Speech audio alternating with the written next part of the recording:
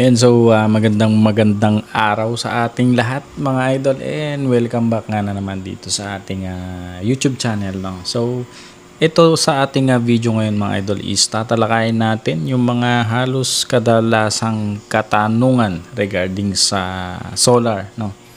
So ito, ginawa kong video ito kasi para masagot yung mga katanungan ng mga iba nating kasolar, no? So ito, meron tayong hinandang mga 10 katanungan nyo mga idol, and I hope nandito yung mga katanungan nyo at masagot natin ng maayos, no? So ito ay part 1 na gagawin nating video kasi alam ko marami pa kayong mga katanungan. So ito lang muna yung mga katanungan na hinanda ko. Okay? Kung meron man kayong mga iba pang katanungan mga idol, pwede kayong mag-leave ng comment dyan sa ibaba at ilalagay natin yan sa ating mga question and answer sa ating mga susunod na video. So ito ang top 10 na mga katanungan tungkol sa solar. Welcome back idol mga kasolar. Andito na naman ang inyong lingkod, Glenn Lejano, ang inyong guide sa solar renewable energy. Kaya tara, matuto na naman tayo. Okay, so pinakaunang katanungan natin, kailangan ba ng battery para magkaroon ng solar? Okay. So dito kasi sa solar mga idol, meron tayong tatlong klase na solar setup, no? So ito yung si grid tie, si off-grid at si hybrid. So unahin natin si grid tie. Itong si grid tie mga idol na solar setup is ito yung klase ng solar setup na hindi nangangailangan ng battery. So ibig sabihin, gagana yung inyong solar setup ng walang battery. Pero kailangan meron kayong stable na kuryente galing kay grid or electric cooperative. Kasi si grid tie, ang buhay niyan is yung solar panel at yung grid or electric cooperative or distribution utility nyo. So sa madaling salita, kapag nag-burn out sa inyong area or meron kayong fluctuation sa inyong grid, so hindi gagana si grid tie solar setup nyo, or pwede siyang pumalya-palya dahil hindi stable yung voltage ng inyong grid sa inyong lugar. So yun si grid tie. Pangalawa naman is si off-grid. So si off-grid na solar setup mga idol is nangangailangan ito ng battery. So si off-grid mga idol, nabubuhay siya sa tulong ng solar panel at ng battery. So pinaka-convenient ito lalong-lalo na sa mga bulubundugin lugar or mga walang supply ng grid or electric cooperative. And then yung pangatlo natin is si hybrid. Si hybrid naman is pinagsamang grid tie at saka off-grid. So yun naman si hybrid. So pwede mo siyang gamitin as off-grid, pwede mo siyang gamitin as grid tie. So kung wala ka pang budget ng battery, pwede kang gumamit ng grid muna, para pagka nagkaroon ka ng budget is pwede mo na siyang gamitin as hybrid na off-grid and hybrid na on-grid or grid tie. Okay? So ang tanong dito, kailangan ba ng battery para magkaroon ng solar? Ang sagot dito is kahit hindi naman, as long as yun nga nasabi ko kanina, steady yung grid sa inyo, sa lugar nyo, or hindi nag-fluctuate, no? So kailangan nyo dito is mayroong grid supply sa inyong lugar. Okay? Pangalawang tanong is magkano ang budget para makapagsimula ng solar. So dito mga idol, hindi mo kailangan ng napakalaking budget kasi alam naman natin na napakamahal ng mga solar materials ngayon, at alam ko rin na hindi ganun kadali na maglabas ng pera para lang maabot natin kaagad yung zero bill, no? So kasi yun naman yung halos kadalasan na pinaka target ng mga gustong magkaroon ng solar setup is talagang makapag zero bill dahil nga gusto nilang makawala sa sakit ng ulo nila sa buwan ng electric bill nila.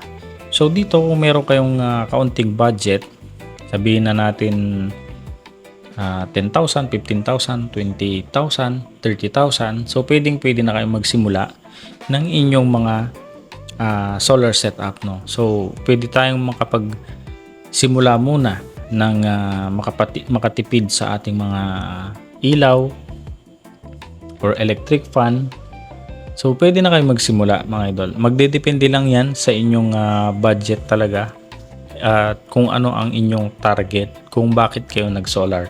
So kung gusto nyo ba is makabawas sa inyong electric bill, ang gusto nyo is magkaroon lang kayo ng steady na supply ng kuryente, or gusto nyo talagang mag zero bill.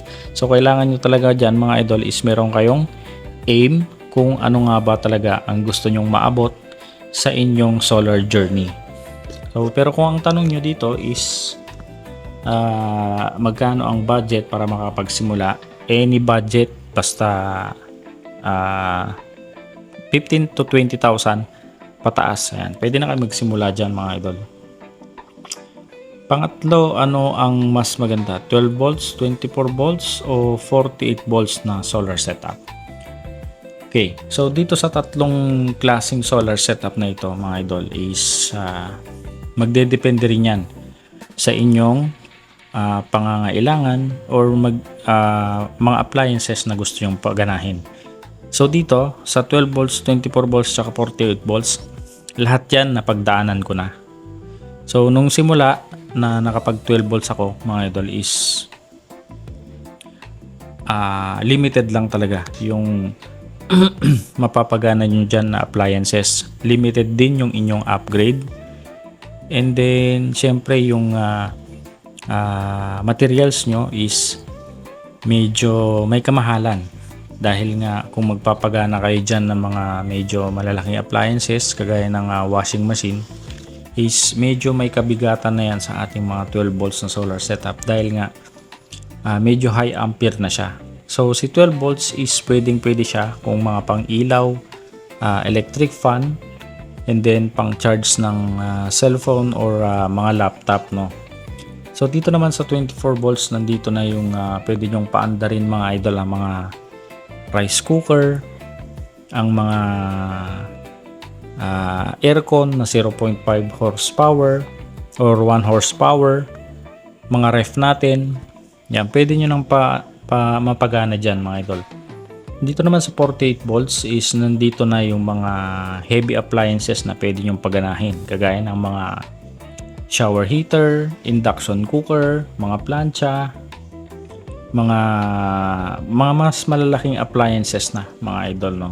So kung ang tanong nyo dito is ano ang maganda na voltage ng solar setup, is yung 48 volts nga naman talaga. Kaya lang dito na rin, mga idol, masusubok yung kung gaano kalalim ang inyong budget.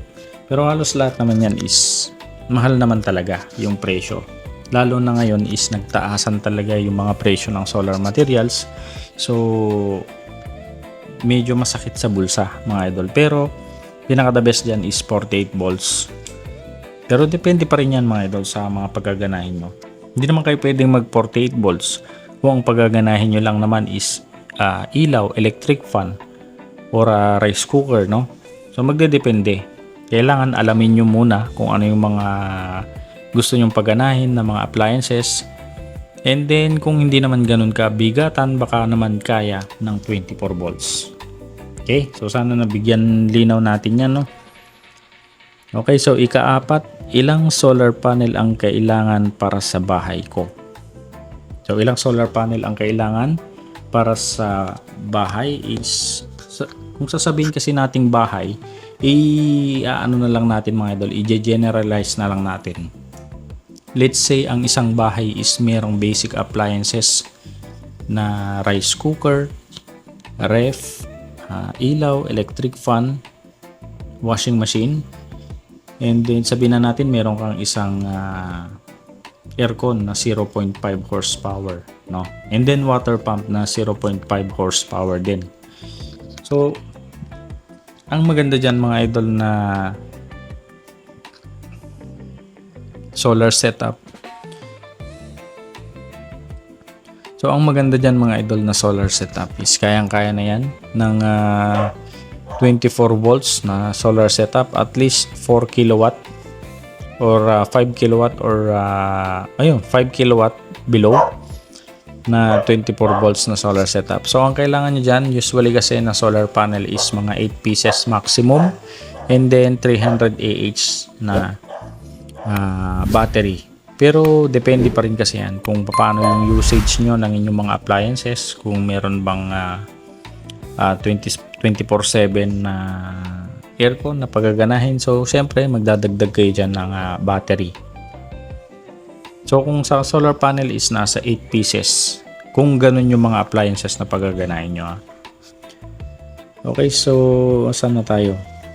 Ikalima, kaya ba ng solar ang 1 horsepower na aircon? Yes, kayang-kaya yan mga idol. Meron na tayong nagawang video regarding dyan kung kaya ba talaga. So nandito yung ating video. So pwede yung panoorin. So ang sagot natin dyan is yes, kayang-kaya. Pero nga pala, pero depende pala sa inyong solar setup. So dito kasi kapag ka 1 horsepower na aircon na kasi, ang pinaka minimum ko na dyan is 24 volts na solar setup at saka 3 kilowatt. Pero pwede naman mga idol yung 2 kilowatt na inverter, basta 24 volts yung gagamitin nyo na klase ng voltage na. So ika-anim, gaano katagal or tumatagal ang life of 4 na battery. So dito siguro yung lifespan ng battery, no? Well, wala naman tayong dito mga idol. Wala naman tayong pinaka-bracket talaga kung gaano katagal yung itatagal ng ating mga battery, no? Kasi nagdedepende diyan yung quality ng mga brand or quality ng mga battery cells na ginagamit natin. Kasi karamihan ngayon, dahil nga medyo sakto lang yung budget nila, so karamihan is nagdi-DIY sila ng mga second hand na battery. So nanggaling din ako dyan mga idol, no? Nag-DIY din ako ng mga battery cells ko, mga used cells, kasi mas mura. Pero noon kasi is medyo mahirap pang abutin yung mga materials na brand new na battery. Unlike ngayon, 2026 is marami na tayong pwedeng pagkuhanan ng mga brand new na baterya. So mas marami nang nakakapag-abot kamay dito sa mga ganitong klaseng battery na brand new, no? So kung brand new yung gagamitin yung battery is mas maganda, lalo na kung meron kayong budget. Kung sa lifespan naman mga idol is usually kasi dito ang lifespan ng mga LiFePO4 battery is 15 years. Pero sabi ko nga kanina is magdedepende yan sa inyong paggamit. Kung laging nabubugbog, laging nalolobat, kasi merong life cycle ang ating mga battery mga idol, no?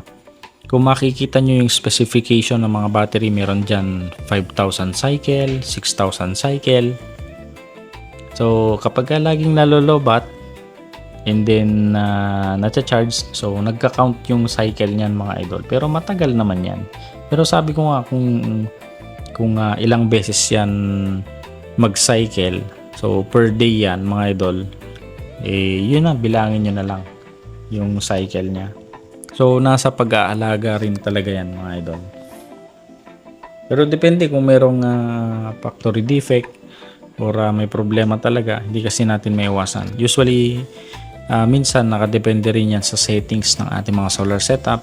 Kung nag-over voltage yung settings natin, syempre maagang nabubuntis yung ating battery, maaga rin masisira.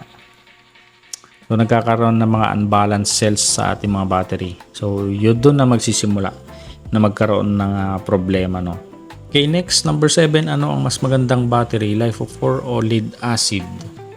So dito kasi sa mga ginagamit nating battery ng solar mga idol, no. Dati kasi lead acid pa lang, wala pang LiFePO4. Pero ngayong mayroon ng LiFePO4 at nasubukan na natin yung performance ng LiFePO4, talaga namang makunat or maganda yung performance niya. Kasi mas mataas kasi yung DOD or depth of discharge ng LiFePO4 dahil nasa 80% yung pwede nating magamit out of 100%. Mas maganda ang LiFePO4. Unlike sa lead acid kasi mga idol or mga gel type is nasa 50% DOD lang yung pwede nating magamit out of 100%. Yun nga lang kasi sa presyo ng LiFePO4 versus lead acid is malayong mas mahal yung LiFePO4 kumpara sa lead acid. Pero kung sa performance naman mga idol is mas maganda ang LiFePO4 talaga. Okay, so next natin number 8. Ano ang hybrid off-grid at on-grid? Nasagot na yan natin kanina mga idol sa number 1. So nasagot na natin yan mga idol. Okay? So dito na tayo sa number 9. Pwede bang walang permit ang solar setup? So ito na yung controversial ngayon, no.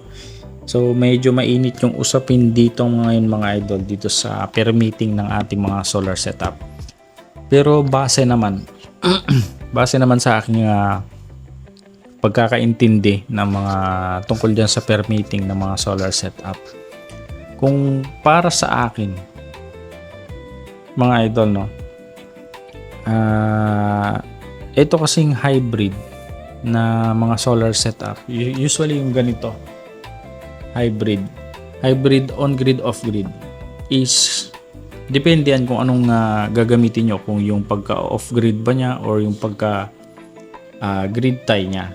So dito kasi sa gamit ko dito, naka-hybrid off-grid ako mga idol. So wala tayong grid dito na dumadaan. Dahil nga, yun nga, baka mamaya maano tayo is pag-anuhin tayo ng permit.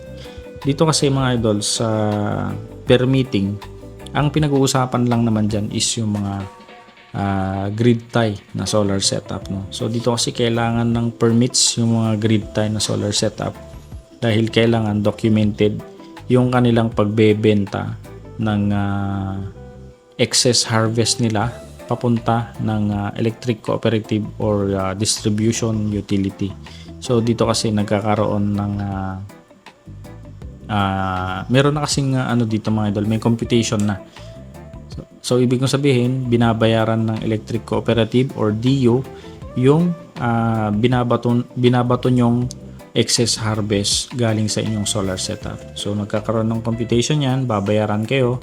So yun yung kailangang ng permits mga idol, no? And then syempre bago ka nila payagan na magbato or mag-export ng kuryente papunta sa kanila, so kailangan documented ka, maayos yung pagkakabit ng inyong solar setup. So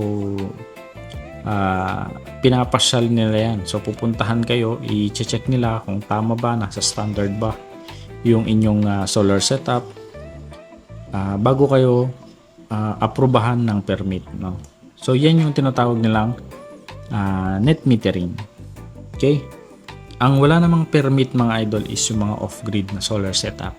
So kagaya nito, naka off-grid tayo, hybrid tayo pero naka off-grid. So hindi na kailangan ng permit dyan mga idol. Okay, so number 10, pinakahuli. Ano ang mangyayari kapag maulap or maulan? So kapag maulan or maulap mga idol, pinaka-common na nangyayari sa mga may solar setup is nababawasan yung ating mga harvest ng ating mga solar panel. Usually, kapag medyo maambon or maulan na merong maliwanag ang kalangitan, is yung harvest natin nasa usually 50% lang, yung out of 100%. Hindi naman totally kapag umulan na or maulap is 0% na or totally zero na yung ating harvest ng ating mga solar panel. Meron pa rin namang harvest yan mga idol, pero hindi siya ganun kalakas, di gaya ng maaraw. Mababawasan lang naman siya, mga 50%, 30%. So meron pa rin tayong harvest kahit maulan or maulap. Pwera lang kung talagang madilim yung kalangitan, yung talagang napakadilim, no, nasabihin na natin nasa mga 10% na lang yung ating harvest, no. Okay, so yan lang muna mga idol yung ating katanungan. Sa next video natin yung part 2 ng ating mga next questions kasi napakarami pa. Nasa 10 pa lang tayo out of 50. So kung meron kayong mga gustong idagdag dyan na mga katanungan mga idol, pwede nyo i-comment dyan sa ibaba at idadagdag natin sa ating mga question and answer portion regarding sa solar, no. So I hope nasagot ko ng maayos yung inyong mga katanungan mga idol. Kung meron kayong mga may dadagdag na kasagutan sa ating mga question dito sa ating video is pwede nyo rin yan idagdag sa ating comment section para mabasa naman ng ating mga silent viewers na natututo sa pagsasolar. So yun lang mga idol, maraming salamat and see you on our next video.